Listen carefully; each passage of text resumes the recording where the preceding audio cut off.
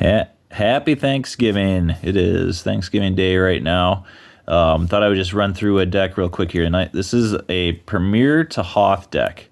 For people that are like newer to playing this game or returning players that are trying to get back into it, this is where I believe, in my opinion, this is where you should start. The Premiere-Hoth format, we're talking about the first 1 year of Star Wars CCG, all the way back to 1995 to 1996. It was a simpler time for the game, even though the game was still at this time, more complex than like Magic the Gathering, for example. Definitely more complex than, Pokemon wasn't even out yet at this time. But extremely popular, but yet a simpler time for the game. And I don't know, a really fun time. I mean, there's a lot of, Darth Vader versus Obi-Wan in this format. I don't know, it's one of my favorite formats. If we break up the card game into different formats, this is probably my second favorite format after Premiere to Death Star 2. It's kind of known for revolving heavily around what we call mains and toys, meaning that, most of the gameplay is your main characters and like their lightsabers, like Darth Vader, Obi-Wan, Luke Skywalker, Han Solo, Grand Moff Tarkin.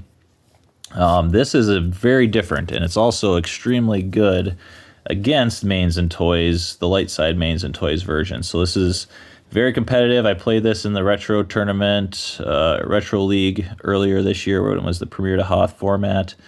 Did very well with it. I did lose one game, mostly because of force generation problems, which that does happen in this format, You don't get to just like set up your game plan like you do in today's format of the game. There's a little bit more randomness, a little bit more luck involved, and it's some people don't like that, but if you ask me, it makes things a lot more exciting. So anyway, let's get into it. This is Big Blue Starships. We got runs. This is a space deck, so a space-based deck. So I've got basically all of the named Star Destroyers. So we've got one Conquest, we've got a Devastator. Let's see, Conquest doesn't really have anything special that it does, or at least anything good, except if you're battling against Falcon, initially battling against Falcon, you can look at their hand, which is kind of nice. But otherwise, it's just basically a starship. Devastator, permanent pilot ability 2, really good. So I've got 2 Imperial class Star Destroyers.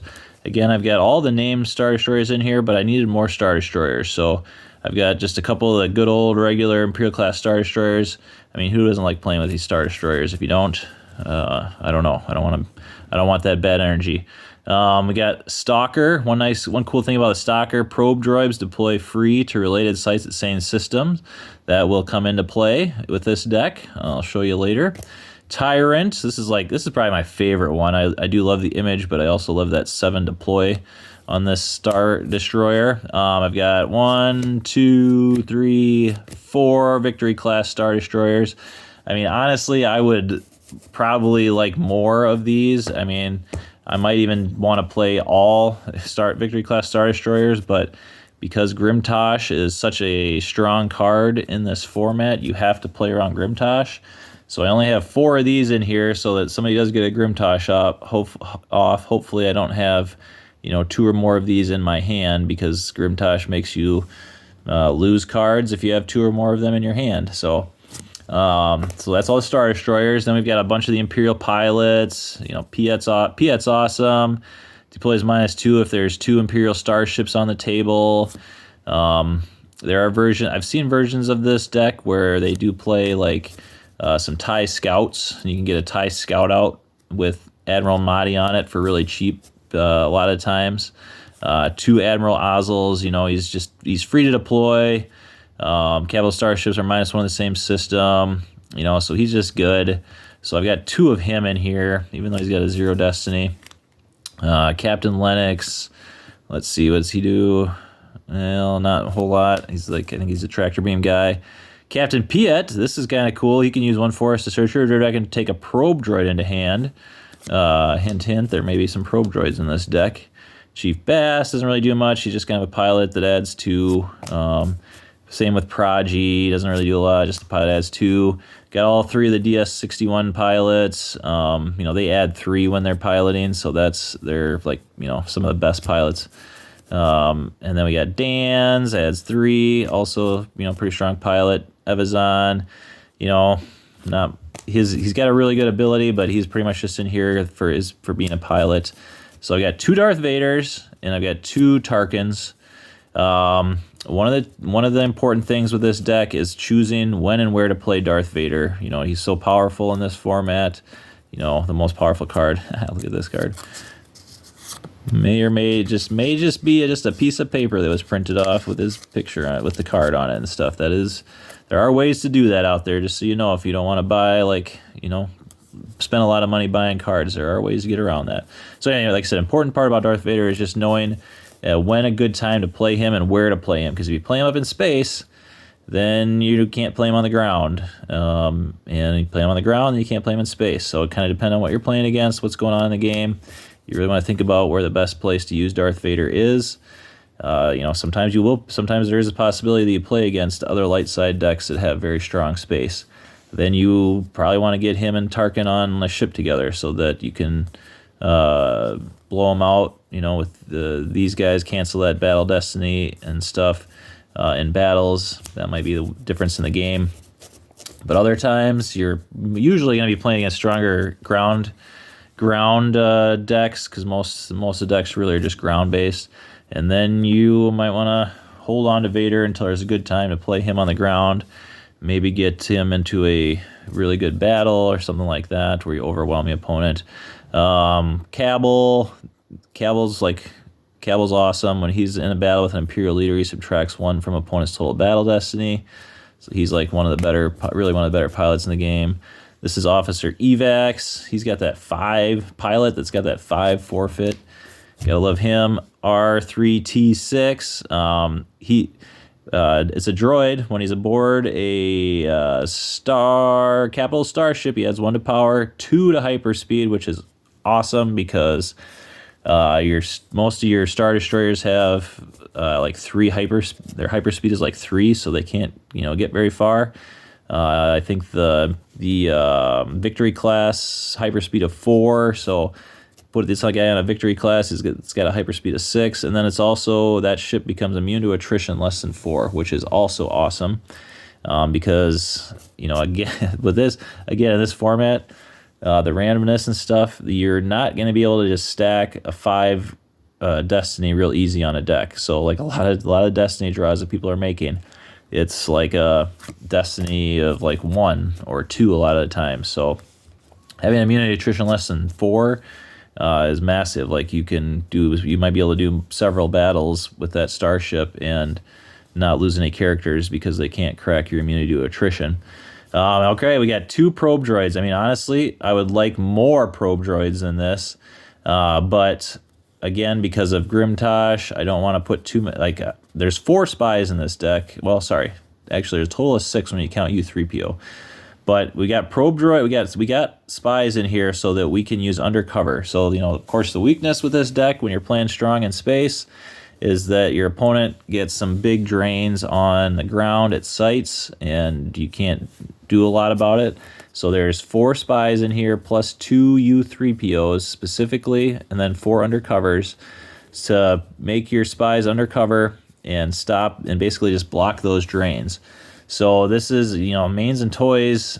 They need to play some cards like Sniper to be able to kill your undercover spies. If they can't, they're in trouble. So anyway, 2 probe droids in here. Oh, the other nice thing with probe droid too is like late in the game, maybe they were at a site, maybe somebody neighbor them leads away.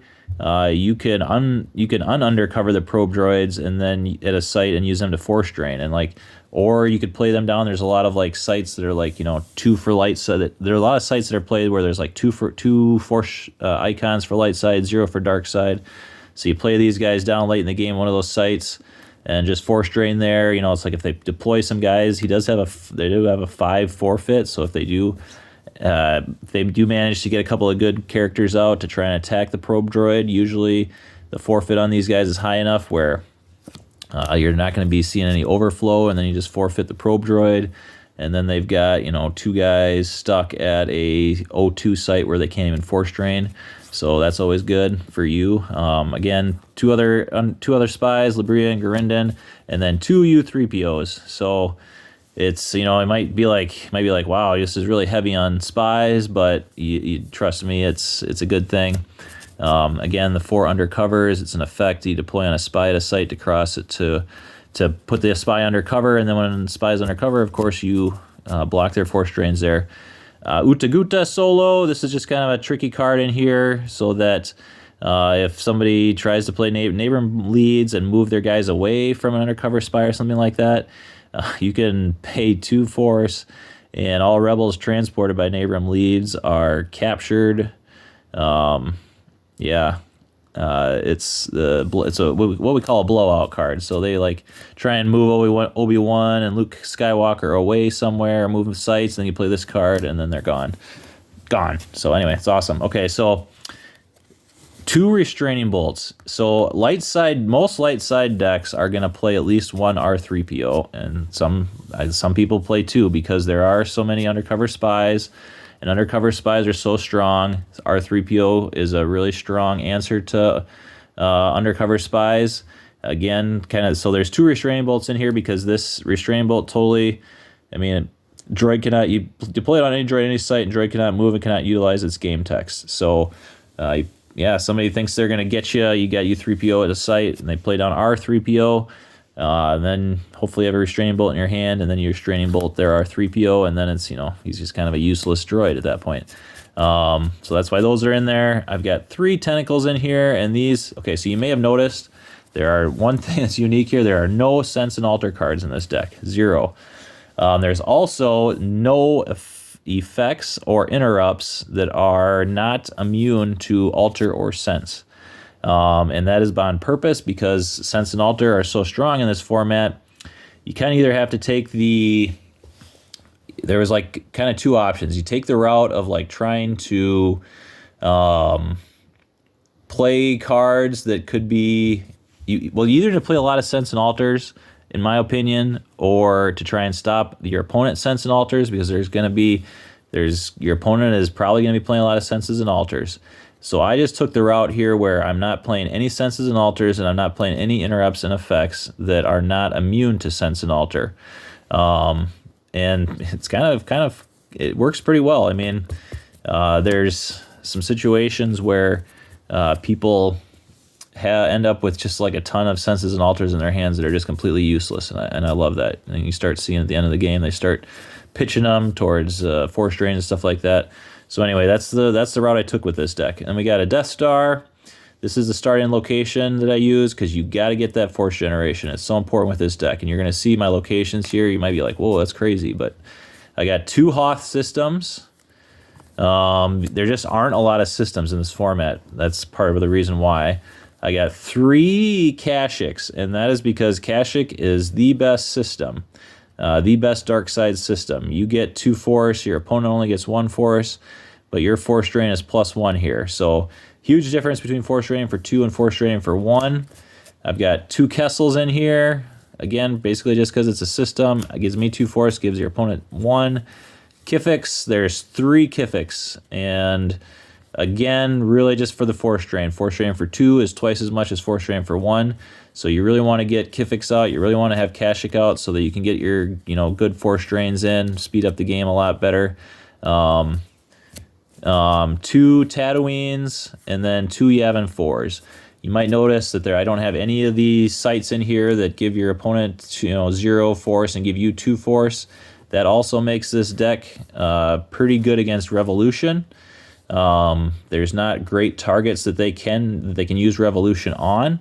Probably their best target is Kashyyyk, but in these systems, which instead of revolving, if anything, it might actually hurt them a little bit, because then if they do use Revolution on one like a system like Tatooine, for example, then I get less force, yes, and they get an extra force, and I lose a force, but then I can force drain them for 2 at the system. So a lot of systems in here. There's some duplicates and not any sites, but it's all part of the plan.